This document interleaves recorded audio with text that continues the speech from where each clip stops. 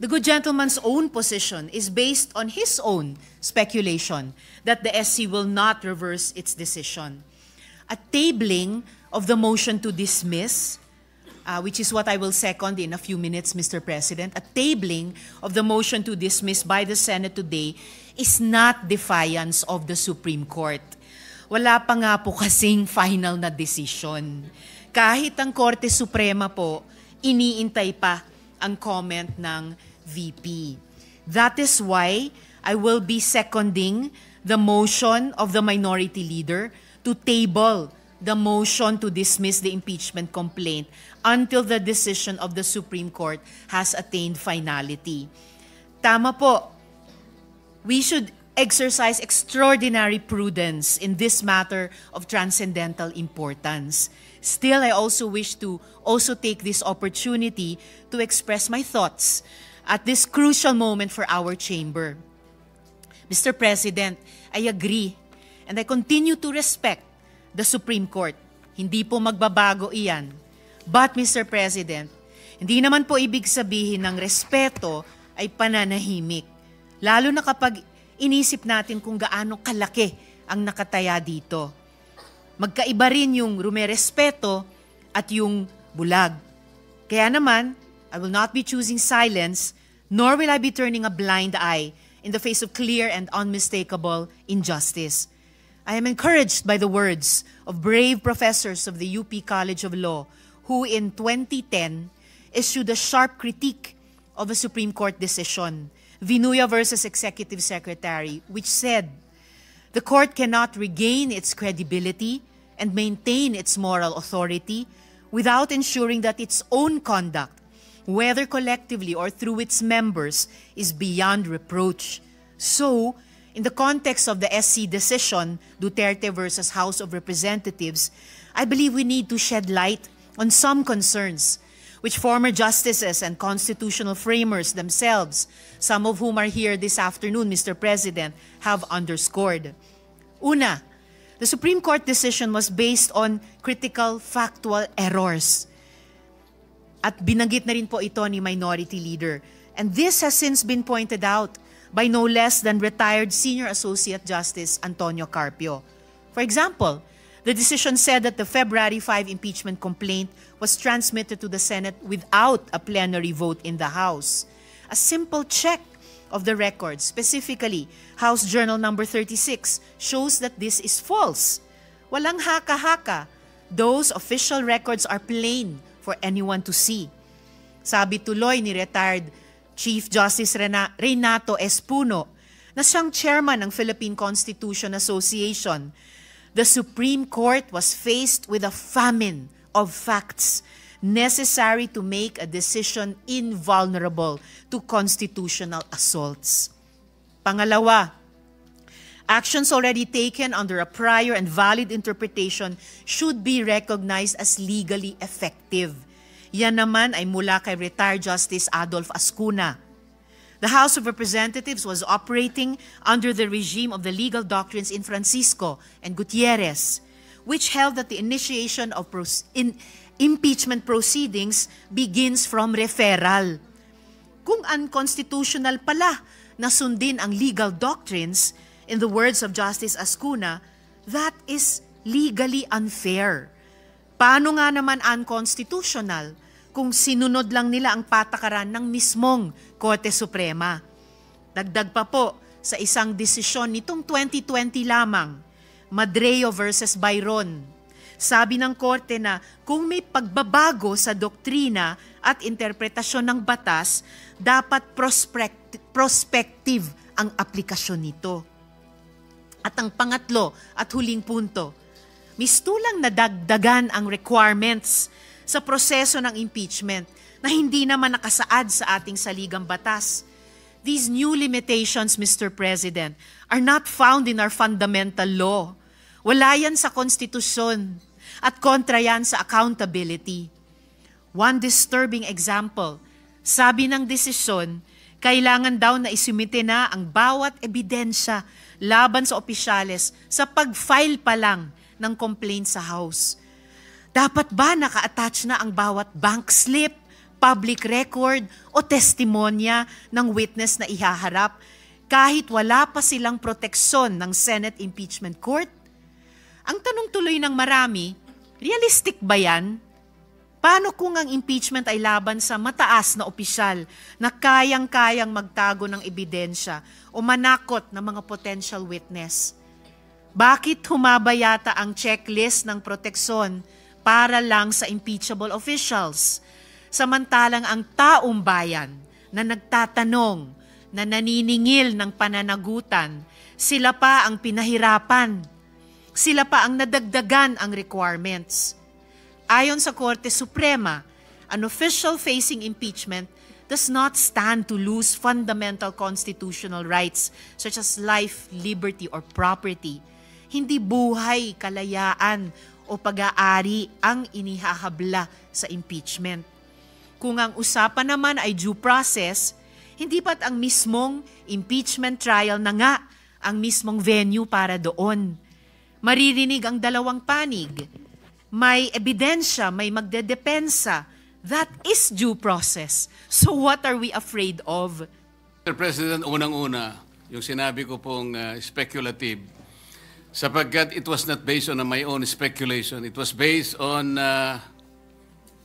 my long practice as a litigation lawyer. Wala pa po akong nakitang isang unanimous decision. Ewan ko lamang po kung merong magbo-volunteer ngayon na abogado in the last 40 years na sinasabi ang isang unanimous decision na ang karakter niya ay sinabi na ab initio, void ab initio, unconstitutional, violative of due process.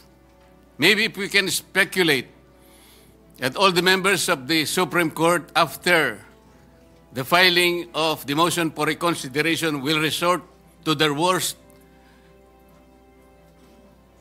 will resort to the worst angels of their nature. Maybe, baka ganun lang. What do we expect? We expect that 8 of them will reverse themselves altogether? Kung sakasakali naman po na in-archive natin or whatever word is applicable at sinabi, under miraculous circumstances, sinabi ng Supreme Court, we are all reversing ourselves. Di i-continue natin. Anong problema? Pero kagaya po na sinasabi ko kanina, Mr. President, ang pagkakaluto nga po hilaw eh. Ipinipilit po ngayong ipakain sa Senado ang isang bagay na hilaw. Paano? Sinabi po ba ng Supreme Court na wag na kayong mag-impeach? Hindi po. Binigyan po tayo ng guidelines. Alam po ba ninyo kung bakit binigyan na ng guidelines ng Supreme Court kung paano mag-impeach? Kasi po, Mr. President, if you recall, the Supreme Court issued a notice on July 8, 2025, requiring at least 11 information from the House of Representatives and the Senate. The Senate made a manifestation na wala po kaming maibibigay sapagkat lahat po niyan ay makukuha ninyo sa House of Representatives. Alam po ba ninyo na 4 sa hinihingi ng Supreme Court ay nandun po sa puso ng due process? Ano po yung hinihingi? Sinabi lamang po ng Supreme Court, pwede bang ibigay nyo sa amin kung lahat ng miyembro ng House of Representatives ay binigyan ninyo ng kopya at kailan? Pwede bang ibigay nyo sa amin ang timing kung kailan nyo ibinigay at binigyan, kung paano nyo sila binigyan ng pagkakataong mabasa yung impeachment complaint? Pwede nyo bang ibigay sa amin kung every article of impeachment ay nakalagay doon ang mga dokumento na nagpapatibay ng artikulo? Pwede nyo bang ibigay sa amin kung nagkaroon sila ng pagkakataon talaga na mabasa yung impeachment complaint? Alam po ba ninyo kung anong sagot ng Solicitor General in behalf of the House of Representatives? Ito po yung sagot nila. It is the position of the House that these matters pertain to its internal proceedings, which have always been regarded as beyond the jurisdiction and scrutiny of this honorable court. Sa Tagalog po, wala po kayong pakialam dito sa amin. Yung inihingi po ninyo, kami lang po yun. Para tinatanong lang naman po binigyan nyo ba ng pagkakataon sila na mabasa? Bakit? Mahirap po ba sagutin yun? Ano pa po sinabi? This is especially because the matters referred to, the preparation, circulation, and perusal of the impeachment complaint, as well as its attachment, are not governed by a specific constitutional provision or the House rules. So dahil po wala sa Constitution at wala rin po sa House rules, ano po yun, wardi-wardi na lang? So ibig sabihin talaga, kaya po pala ang dami kong kasama doon, wala talaga silang kopya. Ako nga po hindi nabigyan eh. Bakit hindi po kinakailangan bigyan lahat? Baka sakaling, malay po ninyo, baka pumirma ako, hindi ba? Ito yung tinatanong po ng Korte Suprema. Kaya lang po siya nakapagbigay ng additional guideline sapagkat isip-isipin nyo, sasabihin sa Korte, wala nang pong masamang tinapay ang Korte. Pwede po malaman namin kung talaga nagkaroon ng pagkakatong mabasa man niya lang, ma-appreciate ang bawat dokumento na nakasalig dyan sa impeachment na yan. Para sa ganun, ay boboto siya sang-ayon sa kanyang sariling kagustuhan. Matibay ang gusto ng Korte Suprema. Gusto niyang makita na lahat ay dumaan sa kaayusan. Hilaw nga po Mr. President. Kanina ko pa po pinaiintindi, hilaw. Ba't hindi po kayo magluto ng mas masarap na kanin? Para sa ganun po, hindi tayo mahirapan. Maghintay na lang po kayo ng 6 months. Pwede naman Ba't pinipilit po natin isang bagay na hilaw at pinipilit niyong ipakain sa atin? Mr. President. Sabi ko po kanina, Mr. President, I am ready to amend my motion. Kung kinakailangan po, that will be consistent on the respect accorded to the Supreme Court. Kaya lamang po, kailangan nating umaksyon. Sapagkat kagaya po ng nalalaman natin, naghihintay ang taong bayan na kailangan magkaroon po ng closure ito sapagkat kapag ito will be hanging on the balance, baka hindi po mabutihin ng ating mamamayan. Yun lang naman po ang pinakapunto rito, Mr. President. Point of information, sagot dun sa tanong ng good gentleman mula sa Tarlac, that in fact, the Supreme Court has reversed a unanimous decision in a lot of instances before. Dalawa lang po ang ibibigay kong halimbawa. League of Cities of the Philippines versus COMELEC. Original decision, 2008. Reversal on motion for reconsideration, 2009. Isa pa pong halimbawa, International Service for the Acquisition of Agri-Biotech Applications, Inc. o ISAA et al. Versus Greenpeace Southeast Asia. Original decision, unanimous, December 8, 2015. Reversed unanimously on MR din, July 26, 2016. So, hindi lang po tulad nung sinabi ni Minority Leader na there's always a first time, it has happened before. So, yung ganitong klaseng milagro na hinahanap, posibleng mangyari din po dito sa kasong pinag-uusapan natin. Malay po natin. Salamat po, Mr. President. Salamat sa good gentleman from Tarlac. The good Senator, Senator Marcoleta. may I know from the good Senator if these decisions are bank decisions or divisions?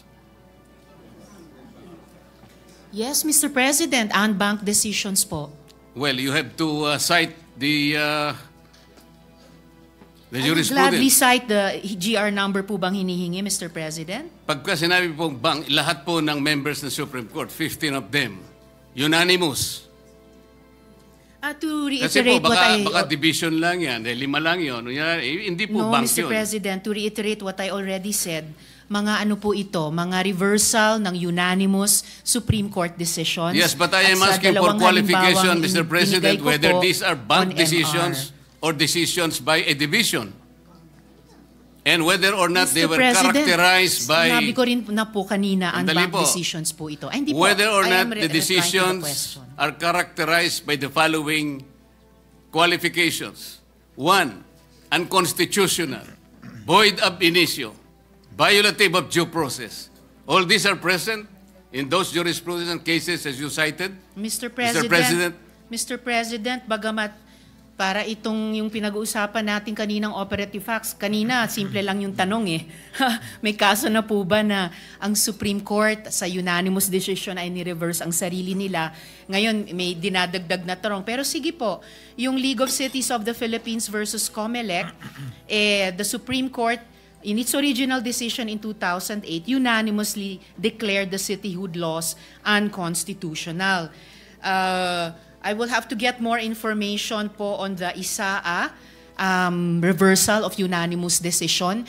Pero malinaw na mga sagot na po ito dun sa original na tanong. So the original assertion na hindi po natin alam kung na-reverse na ng Supreme Court ang sarili nila sa original na unanimous decision has fallen by the wayside. Kasi the Supreme Court, as I said already earlier, has reversed a unanimous decision en banc in a lot of instances before. Yun lamang naman po, Mr.